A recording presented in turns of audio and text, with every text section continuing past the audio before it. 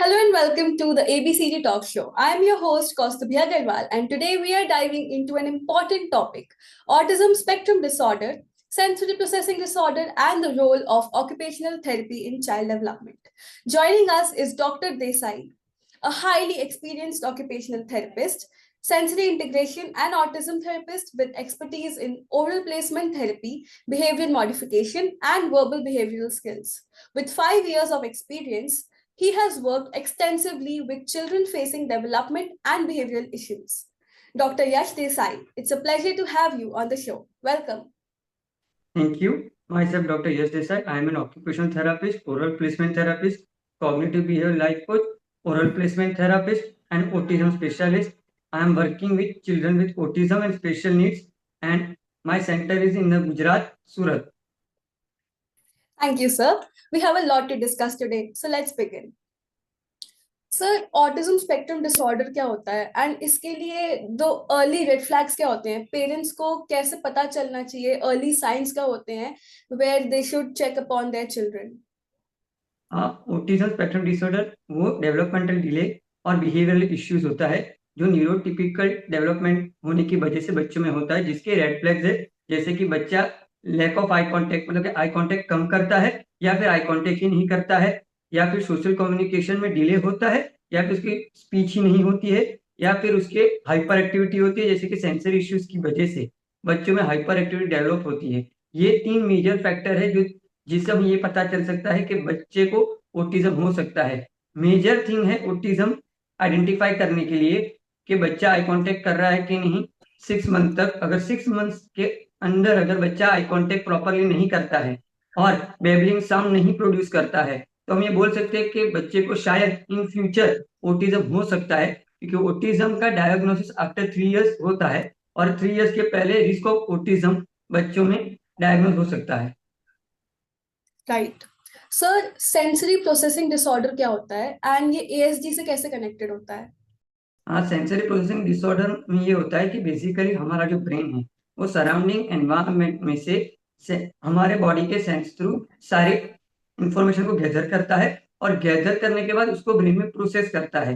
For an example, हमारे body में 8 sense होते हैं: ऑडिटरी यानी कि सुनने की कैपेसिटी, विजुअल मतलब कि देखने की कैपेसिटी, टैक्टाइल मतलब कि टच करने की कैपेसिटी, इंट्रोसेप्शन मतलब कि भूख और प्यास लगने की कैपेसिटी, वास्टिबुलर मतलब हम जो मूवमेंट करते हैं वो परसेप्ट करने की कैपेसिटी, प्रोप्रोसेप्शन मतलब कि हमारे जॉइंट्स पर मसल जो प्रेशर डेवलप करते हैं उसकी कैपेसिटी, ऑल्फैक्टरी मतलब कि स्मेल की कैपेसिटी, और गेस्टेक्टरी यानी कि टेस्ट और ओरल मोटर की कैपेसिटी। तो ये सारे जो सेंस होते हैं वो प्रॉपरली हमारे ब्रेन में प्रोसेस जब होंगे तब हमें एनवायरनमेंट में सिंपली और सोशली कैसे बिहेव करना है वो हमें पता चलेगा और हम प्रॉपरली बिहेव कर पाएंगे। पर जब ये हमारे ब्रेन में प्रॉपरली प्रोसेस नहीं होंगे, क्या होता है, कुछ बच्चों में ज्यादा प्रोसेस होके होता है जिसकी वजह से वो हाइपर सेंसिटिव होते हैं, और कुछ बच्चों में कम होता है जिसकी वजह से वो अंडर सेंसिटिव होते हैं, जिसको हाइपो सेंसिटिव और हाइपर सेंसिटिव बोल सकते हैं। और कुछ बच्चे क्रेविंग करते हैं, मतलब कि उन्हें पर्टिकुलर सेंस ज्यादा फॉर्मेट में चाहिए, जिसको हम सेंसरी सीकिंग बिहेवियर भी बोल सकते हैं।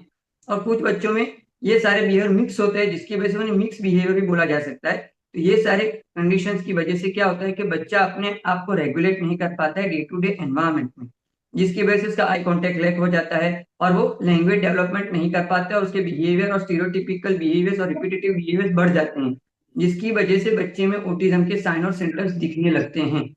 तो बेसिकली हमारे जो बेसिक 8 सेंसेस हैं वो सेंसेस हैं हमारे बॉडी को रेगुलेट करते हैं और जिसके रिलेटेड हमारी लैंग्वेज और स्पीच डेवलप होती है। तो अगर वो रेगुलेट ही नहीं होंगे तो हमारी स्पीच और लैंग्वेज डेवलप ही नहीं होगी, जिसकी वजह से बच्चा लेट स्पीकर या फिर सोशल कम्युनिकेशन डिले होता है, जिसकी वजह से हम बोल सकते हैं कि बच्चे को ऑटिज्म हो सकता है।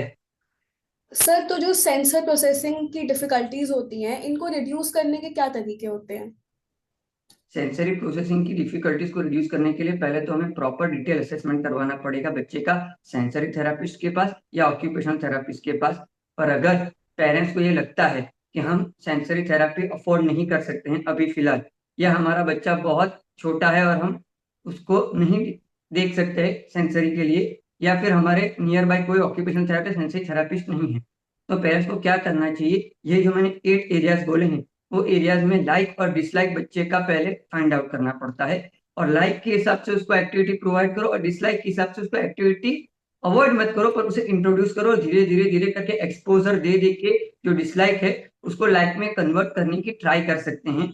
और अगर फिर भी ऐसा लगे कि उसकी वजह से बच्चे की स्पीच डिले हो रही है सेंसर इश्यूज की वजह से, या उसकी लाइक डिसलाइक जो पेरेंट्स ने आइडेंटिफाई किया है जिसकी वजह से बच्चे का मोटर प्लानिंग या मेजर माइलस्टोन्स, डेवलपमेंटल माइलस्टोन्स जो होते हैं वो मिसिंग हो रहे हैं, तो पेरेंट्स को करेक्ट गाइडेंस लेके ऑक्यूपेशनल थेरापिस्ट को मिलना चाहिए और उससे होम प्लान या गाइडेंस लेना चाहिए। ओके सर, जिन बच्चों को एएसडी होता है उनके लिए बेस्ट थेरेपी क्या होती है? उनकी बेस्ट थेरेपी और उनके लिए राइट अप्रोच को कैसे डिटरमाइन करते हैं? फर्स्ट पहले तो हमें देखना पड़ेगा कि बच्चे को ओटिज्म है, तो ओटिज्म 3 कैटेगरी का होता है। फर्स्ट वर्बल ओटिज्म, मतलब कि बच्चा बोल रहा है पर उसमें ओटिज्म के सिम्टम्स है और वो कम्युनिकेशन नहीं कर पा रहा है। सेकेंडरी नॉन वर्बल ओटिज्म, जिसमें बच्चा कुछ नहीं बोलता है और उसमें ओटिज्म के सारे सिम्टम्स होते हैं। और थर्ड इज वर्चुअल ओटिज्म, जिसमें बच्चे में बिहेवियर्स ओटिज्म के होते हैं बट वो बच्चा प्योर ऑटिस्टिक नहीं होता है, क्योंकि उसका ज्यादा स्क्रीन टाइम देखने की वजह से उसका ओटिज्म डेवलप हुआ है और उसके बिहेवियर्स ऑटिस्टिक ट्रेस में दिख रहे हैं। तो बेसिकली पहले फाइंड आउट करना पड़ेगा कि बच्चा कौन से ऑटिज्म की कैटेगरी में है, फिर उसकी सीवियरिटी कितनी है, माइल्ड, मॉडरेट, सीवियर, और उसके अकॉर्डिंग हमें ये देखना पड़ेगा कि बच्चे की नीड क्या है। और सेंसरी नीड है बच्चे की, बिहेवियरल नीड है, कम्युनिकेटिव नीड है, तो उसके अकॉर्डिंग ही हमें ये देखना पड़ेगा कि बच्चे को sensory processing disorder, sensory processing integration की नीड है, या फिर बच्चे को ऑक्यूपेशनल थेरेपी यानी कि डेली रूटीन के रिलेटेड फंक्शनल स्किल डेवलप करने की नीड है। कम्युनिकेशन के लिए दो थेरापी होती है, speech and language therapy and ABA, applied behaviour analysis. तो बच्चे को इसमें से कौन सी थेरापी की नीड है वो पहले आइडेंटिफाई करना पड़ेगा, और आइडेंटिफाई करने के बाद हमें थेरापिस्ट ढूंढना पड़ेगा कि ये प्रॉपर थेरापिस्ट है या नहीं। जैसे कि अगर हमें एबीए करवाना है तो बीसीए बीसीबीए सर्टिफाइड एबीए थेरापिस्ट के पास से हम एबीए करवाएंगे, या फिर हमें ओटी करवाना है तो सर्टिफाइड हम इंडियन ऑक्यूपेशनल थेरापी एसोसिएशन वाले जो सर्टिफाइड ऑक्यूपेशनल थेरापिस्ट होते हैं उनके पास ही हम करवाएंगे, या फिर RCI certified speech and language pathologist के पास से हम स्पीच थेरापी करवाएंगे। तो ये पहले हमें डिटरमाइन करना पड़ेगा कि पहले बच्चे की नीड क्या है, कौन सी थेरापी की उसे नीड है, एंड देन जो थेरापी हमारे बच्चे को प्रोवाइड कर रहा है वो वो एरिया में सर्टिफाइड है या डिग्री होल्डर है या नहीं, और वो कंसिडर करने के बाद हम बच्चे की थेरापी स्टार्ट करेंगे। और बच्चे की थेरापी स्टार्ट करने से पहले हम बच्चे का डिटेल असेसमेंट करवाएंगे, जिससे हमें ये पता चले कि वो जो एरिया में थेरापिस्ट वर्क करने जा रहा है वो एरिया मेरे बच्चे में ऑलरेडी डेवलप है या फिर उसको उस एरिया में वर्क करने की नीड है। तो इस तरीके से पेरेंट्स और थेरापिस्ट की कोलेबरेटिव अप्रोच से हम बेस्ट थेरापी फाइंड आउट कर सकते हैं। राइट। सो सर, आपकी ये जो अप्रोच है सेंसरी इंटीग्रेशन एंड कम्युनिकेशन की, ये जो पुराने ट्रेडिशनल मेथड्स हैं इनसे अलग कैसे है? बेसिकली मैं क्या करता हूँ कि I am certified in occupational therapy and I am doing RBT also, registered behaviour technician course. So मैं सेंसरी इंटीग्रेशन की जो अप्रोचेस होते हैं, मतलब कि उसके जो गोल्स होते हैं बेसिकली उसमें मैं अप्लाइड बिहेवियर एनालिसिस के अप्रोचेस एंड प्रोटोकॉल्स को मर्ज करता हूँ। जैसे कि सेंसरी का आउटकम एक बिहेवियर ही होता है, तो मैं क्या करता हूँ कि बिहेवियरल टेक्निक्स को यूज करके बच्चे की सेंसरी प्रोसेसिंग सिस्टम पे वर्क करता हूँ, और थोड़ा सा उसमें नेचरिस्टिक एनवायरमेंटल ट्रेनिंग एनी की यूज करता हूँ, जिसकी वजह से क्या होता है कि बच्चे का एक मोटिवेशन लेवल सस्टेन रहता है और वो धीरे धीरे अडॉप्ट करने लगता है अपनी सेंसरी स्किल को नेचर एनवायरनमेंट में।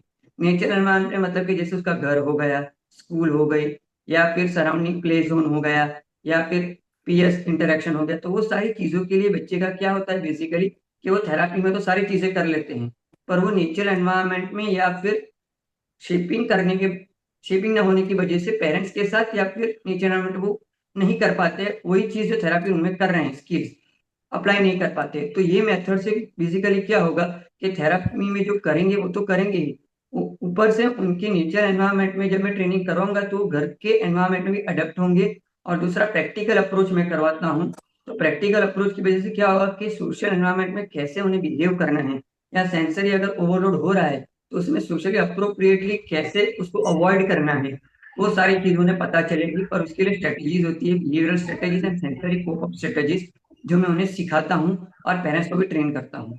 सर, एक बेसिक आइडिया कि पेरेंट्स एक ऐसा सेंसरी फ्रेंडली इन्वायरमेंट अपने घर पे अपने बच्चों के लिए क्रिएट कर सकते हो?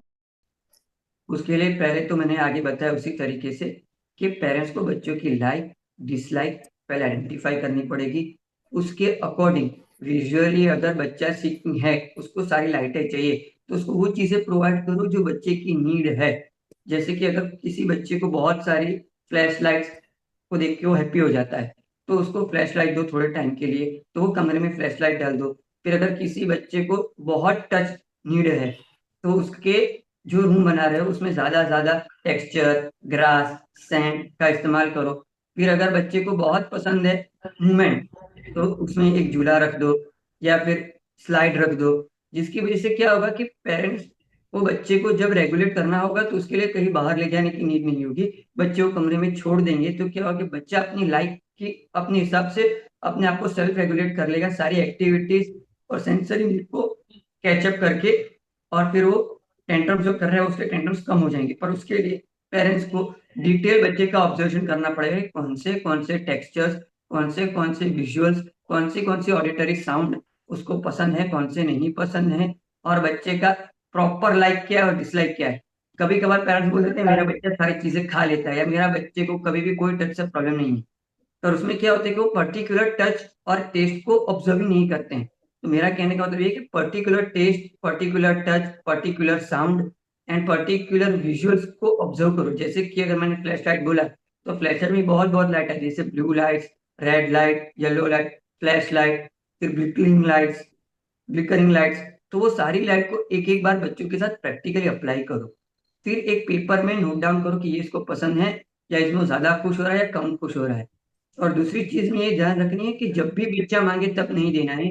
जब हमें लगे कि बच्चा ओवरवेल्म हो गया है या फिर प्रॉपरली वो थक गया है या उसको प्रॉपर नीड है, तब बच्चे को भेजो। अगर आप एवरीडे बच्चे को वहां भेजते रहोगे एज ए रीइंफोर्समेंट, तो क्या होगा कि बच्चे को हैबिट हो जाएगी कि सेंसर रूम में जाऊंगा और मैं अपनी सारी चीजें कर लूंगा। तो वो हैबिट बन जाएगी और बच्चा सारी चीजों से एस्केप करने के लिए सेंसर रूम में जाने की जिद पकड़ेगा। तो वो जिद ना हो और उसको प्रॉपर रेगुलेशन मिले, इसकी वजह से पेरेंट्स को नोट डाउन करना पड़ेगा कि कब कब बच्चे का मेल्टडाउन पीरियड आता है। जैसे कि अगर उसे कोई हैवी टास्क करवा दिया जो उसको नहीं आता था, for example speech and communication में बच्चे को सेंटेंस फॉर्मेशन नहीं आती हो, और सेंटेंस फॉर्मेटिंग की कोई हमने एक्टिविटी करवा दी बच्चे को डिटेल में, और उसके बाद बच्चे का मेल्टडाउन आ गया या रेजिस्टेंट बिहेवियर आ गया, तो हम क्या करेंगे, उसके बाद थोड़ा काउंट डाउन करने के लिए उसको टाइमर के साथ वो सेंसरी रूम में भेजेंगे। जिससे क्या होगा कि बच्चे को अलार्म बजने के बाद या टाइम खत्म होने के बाद बाहर आने का टाइम पता चल जाएगा कि हाँ, मैं पूरा टाइम ये सेंसरी रूम में अपने आप को रेगुलेट करने के लिए नहीं रह सकता हूँ, कुछ टाइम के बाद मुझे बाहर भी आना पड़ेगा। और दूसरा कि उसमें अगर आपको लगता है कि ये चीजें मेरा बच्चा नहीं कर रहा और मुझे उसको सिखाने की जरूरत है, तो वो सारी चीजें आप सेंसरी रूम में कभी भी एड ऑन मत करना। क्योंकि सेंसरी रूम बेसिकली बच्चों को रेगुलेट करने के लिए होता है या बच्चों को हैप्पी करने के लिए होता है, नहीं कि बच्चों को सिखाने के लिए। तो अगर आपको ये लगता है कि कुछ चीजें वो नहीं कर रहा है जो मुझे एड ऑन एक्टिविटी में सिखानी है, तो उसके लिए आप अलग से एक प्ले रूम या प्ले जोन बना सकते हो सेंसरी रूम में ही अलग से। और जो उसका रेगुलेटरी जोन है उसमें उसकी फेवरेट चीज है जिससे वो रेगुलेट होकर शांत हो, वैसे ही चीजें रखो। और ऐसी चीजें भी कम रखो जिससे वो ज्यादा ओवर एक्टिव हो जाए। जैसे कि कुछ पेरेंट्स क्या करते हैं कि बच्चों के लिए ट्रैम्पोलिन ला के रख देते हैं, या फिर थेरापी में स्विंग देख ली तो स्विंग ला के रख देते हैं। तो उससे क्या होता है, बच्चा 3 4 बार स्विंग करता है या फिर प्रॉपर तरीके से स्विंग नहीं करता है, ज्यादा जंप कर लेता है, तो उसकी वजह से ज्यादा हाइपर हो जाता है या ज्यादा रनिंग स्टार्ट हो जाती है, या फिर उसके स्टीरियोटिपिकल बिहेवियर एक्सट्रीम हो जाते हैं। उससे क्या होगा बेसिकली कि जो बच्चा है वो रेगुलेट होने की जगह पे हाइपर अराउज हो जाएगा, और उसके टेंट्रम्स और बिहेवियर जो नेगेटिव थे वो पॉजिटिव भी हो जाएंगे, बट उसके हाइपर एक्टिव की तरफ चले जाएंगे। रिजेक्टिंग में पहले हाइपर एक्टिव था, अब सीकिंग के लिए हाइपर एक्टिव करने लगेगा। तो हमें बच्चे को प्रॉपर टाइम पीरियड के साथ और थेरापी के गाइडेंस में हमें बनाना चाहिए सेंसरी रूम।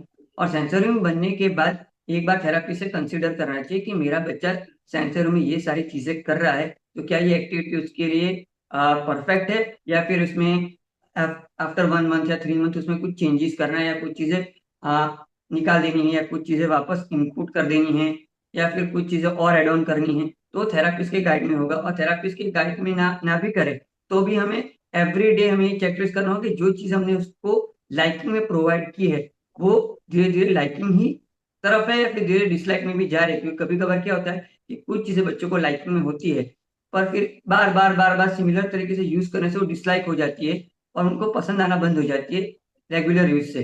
तो अगर वो बंद हो गया तो वो फिर उसको मोटिवेट नहीं करेगा वो रूम में जाने के लिए या उसको रेगुलेट करने के लिए, वो फिर उसके लिए पनिशमेंट बिहेवियर या पनिशमेंट मेथड के रूप में यूज होगा, तो उसको हटाना पड़ेगा। तो वो सारी चीजें, और फर्स्ट चीज की सेंसरी रूम बनाने के बाद उसका प्रॉपर चेकलिस्ट में मेजर करना ये जरूरी रहेगा कि इससे मेरे बच्चे का बिहेवियर सुधर रहा है, काम डाउन हो रहा है, बढ़ रहा है, कम हो रहा है, और जो उसकी लाइकिंग वाली चीज है वो वही सेम स्टेज पे रह रही है, कम हो रही है या बढ़ रही है। उसके अकॉर्डिंगली हमें sensory room day by day थोड़ा चेंजेस करते रहने पड़ेंगे accordingly your child behaviour. Sir, आपने बताया कि सेंसरी रूम एक बच्चे के लिए बहुत ज्यादा पर्सनलाइज्ड होते हैं एंड अभी हम उनको खाली लर्निंग मेथड्स के लिए यूज नहीं कर सकते, but teachers in schools children with autism या फिर सेंसरी चैलेंजेस को कैसे सपोर्ट कर सकते हैं? How can we build a very friendly environment in our schools to help these children? हाँ, ऑटिस्टिक बच्चों को मेजर प्रॉब्लम क्या होता है, sensor issues and transition issues. Transition मतलब कि एक एनवायरनमेंट या एक सिचुएशन या एक एक्टिविटी में से दूसरी एक्टिविटी में जाना और नॉन प्रिडिक्टेड एनवायरनमेंट में कन्वर्ट होना।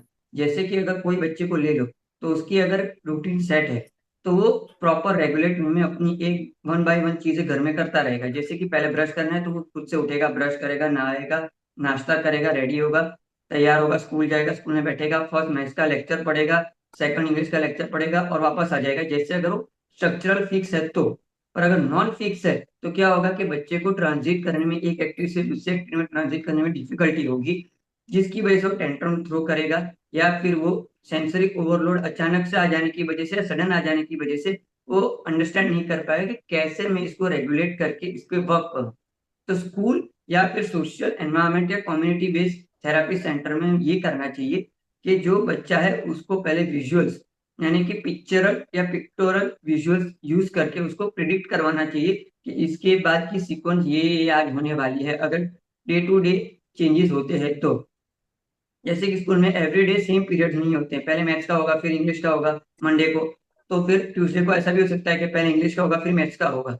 तो बच्चे को पहले ही स्कूल में जाके विजुअल से उसका प्रिडिक्टेबल बना दो उसका शेड्यूल, कि पहले आज इंग्लिश का होगा तो इंग्लिश के टीचर ये मिलेंगे, मैथ्स की टीचर है तो मैथ्स के टीचर ये मिलेंगे, फिर इसके बाद सोशल स्टडीज के टीचर ये मिलेंगे, और फिर प्ले एक्टिविटी होगी और फिर ब्रेक होगा, फिर वापस से वो शेड्यूल चलेगा। तो विजुअल्स के थ्रू जब दिखाओगे तो क्या होगा कि बच्चों का जो लैंग्वेज बैरियर है, कि हम जो वर्बली समझाते हैं उसकी वजह से उनका जो लैंग्वेज बैरियर है ओटिज्म के बच्चों का, वो लैंग्वेज बैरियर ब्रेक डाउन होगा।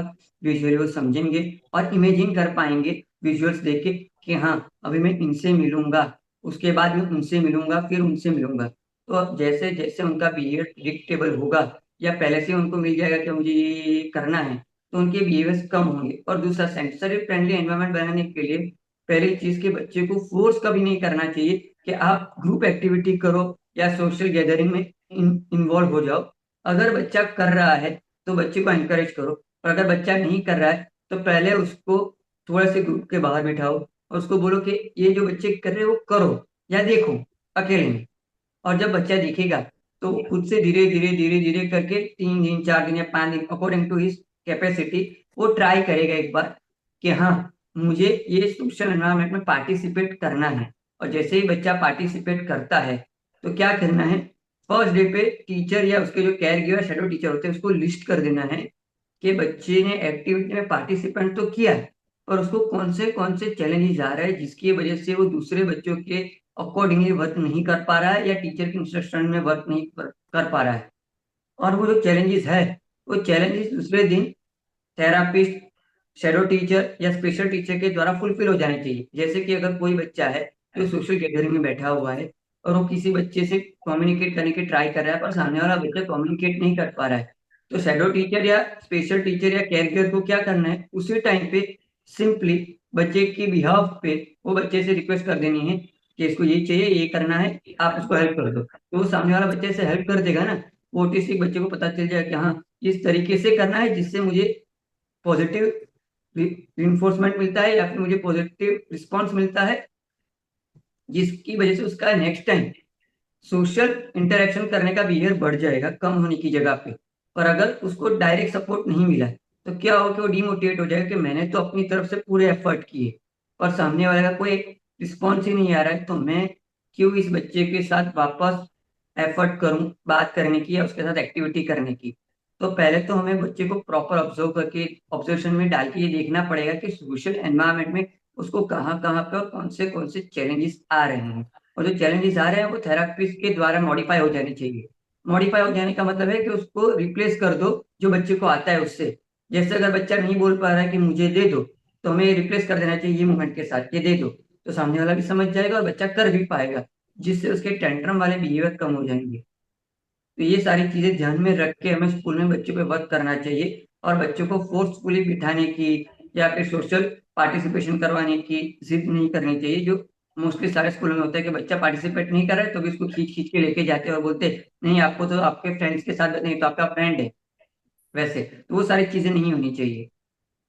सर, टेक्नोलॉजी एप्स और असिस्टिव डिवाइसेस वगैरह जो होते हैं वो चिल्ड्रन इन ऑटिज्म को कम्युनिकेशन और लर्निंग में कैसे हेल्प करते हैं? बच्चे बेसिकली विजुअल ऑडिटरी लर्नर्स होते हैं जो ऑटिस्टिक बच्चे होते हैं।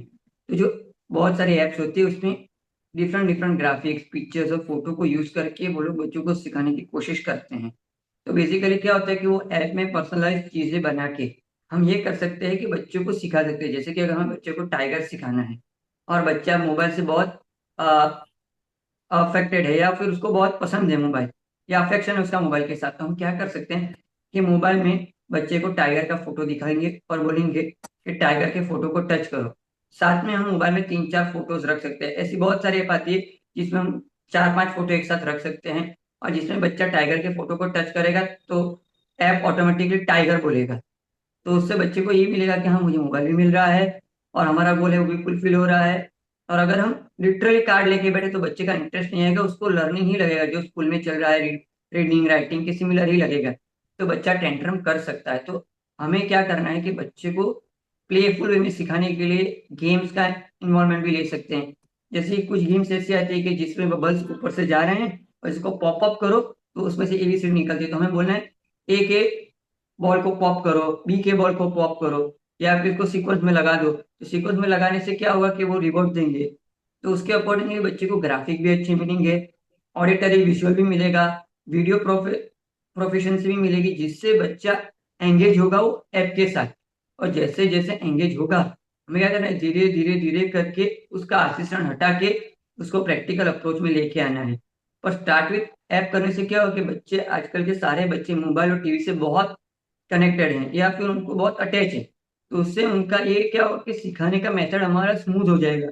कि मोबाइल में ही कर रहे हैं तो पहले हमने उनका कोको मेलन या कोई भी वीडियो चालू कर दिया 2-3 मिनट के लिए, फिर धीरे से उसने हमने ऐप पे ट्रांसफर कर दिया। तो उससे उनको बेनिफिट होगा कि उनका ऑडिटरी एंड विजुअल लर्नर्स हैं, तो वो कनेक्शन उनका अच्छा बन जाएगा।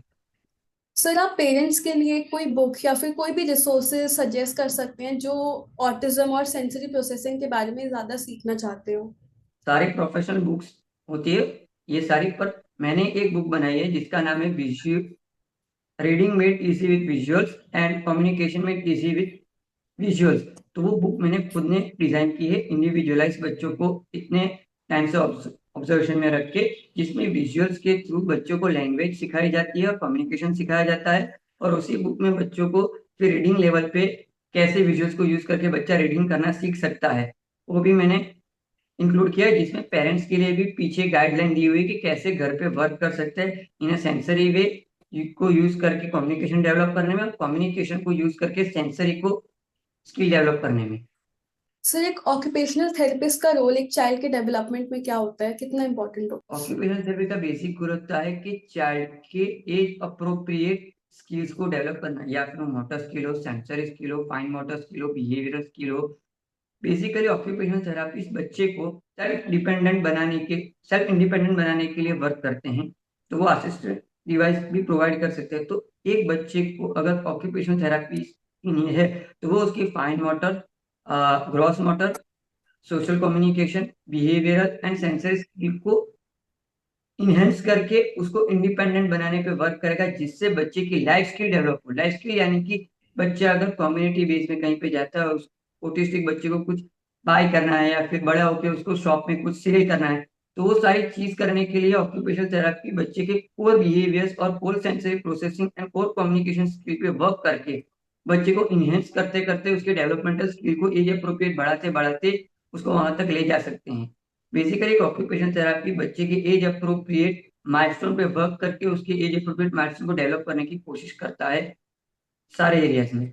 जब पेरेंट्स को अपने बच्चे के लिए राइट थेरेपिस्ट ढूंढना होता है तो उन्हें क्या क्या चीजें, क्या क्या फैक्टर्स को कंसिडर करना चाहिए?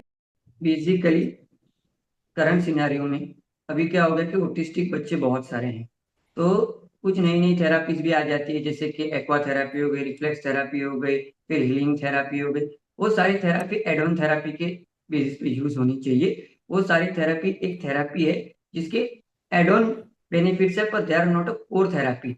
तो पहले पेरेंट्स को अवेयरनेस होनी चाहिए कि कौन सी ऑटिज्म या डेवलपमेंटल डिसऑर्डर की कोर थेरापीज है, जैसे कि ऑक्यूपेशनल थेरापी हो गई, सेंसर इंटीग्रेशन थेरापी हो गई, एबीए एप्लाइड बिहेवियर एनालिसिस हो गया, या फिर फिजियोथेरापी हो गई। दैट आर कोर थेरापी जो बेसिकली यूज होती है चाइल्ड के core behaviour, sensory processing, communication और स्पीच एंड लैंग्वेज डेवलपमेंट को इनहेंस करने के लिए। और अगर कोई थेरापी, और दूसरी चीज ये ध्यान रखनी है कि आप जो थेरापी बच्चे के साथ करवा रहे हो और जिस थेरापिस्ट के साथ करो, थेरापिस्ट वो एरिया में कितना स्किल्ड है या फिर वो कितना सर्टिफाइड है। तो कभी कभी क्या होता है कि कुछ थेरापिस्ट विदाउट सर्टिफिकेशन भी थेरापी प्रोवाइड करना स्टार्ट कर देते हैं।